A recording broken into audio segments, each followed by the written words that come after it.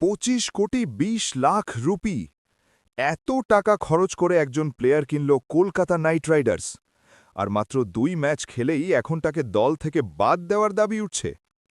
কি এমন ভুল করলেন ক্যামেরন গ্রিন, আর কেন তাকে সরানোর পরামর্শ দিলেন হরভজন সিং? চলো পুরো ঘটনাটা খুলে বলি। কলকাতা নাইট রাইডার্স যখন ক্যামেরন গ্রিনকে 25.20 কোটি রুপিতে দলে নেয়, তখন প্রত্যাশা ছিল আকাশ ছোঁয়া।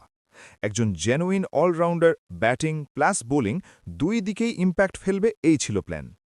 কিন্তু সমস্যা শুরু এখানেই। পুরনো ইনজুরি আর ক্রিকেট অস্ট্রেলিয়ার রেস্ট্রিকশনের কারণে গ্রিন শুরুতেই বোলিং করতে পারছেন না। এখন আসি পারফরম্যান্সে। প্রথম ম্যাচে মুম্বাই ইন্ডিয়ান্সের বিপক্ষে করেন মাত্র 18 রান। দ্বিতীয় ম্যাচে সানরাইজার্স হায়দ্রাবাদের বিপক্ষে মাত্র 2 রান করে রান আউট। মানে ব্যাটিংয়েও ইম্প্যাক্ট নেই, বোলিং তো করছেই না। এখন প্রশ্ন, একজন পিওর ব্যাটার হিসেবে কি 25 কোটি জাস্টিফাইড? এই জায়গাতেই বড় মন্তব্য করেন Harbhajan Singh.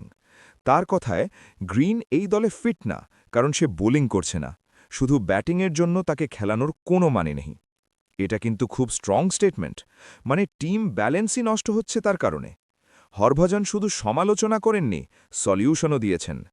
Team Seifert, aggressive opener; Rovman Powell, power hitter. তার মতে এই দুজনের যে কোনো একজনকে খেলালে টিম বেশি বেনিফিট পাবে, কারণ তারা পিওর রোল ক্লিয়ার করে খেলতে পারবে।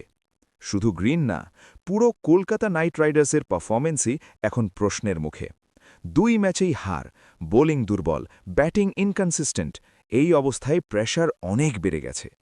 এখন সবচেয়ে বড় প্রশ্ন, কে আর কি এত তাড়াতাড়ি ক্যামেরন গ্রিনকে বাদ দেবে, নাকি তাকে সময় দেবে কামব্যাক করার? তোমার কি মনে হয়, গ্রিনকে রাখা উচিত নাকি রিপ্লেস করা উচিত? কমেন্টে জানাও। আর এমন ক্রিকেট আপডেট পেতে চ্যানেলটা সাবস্ক্রাইব করতে ভুলবে না।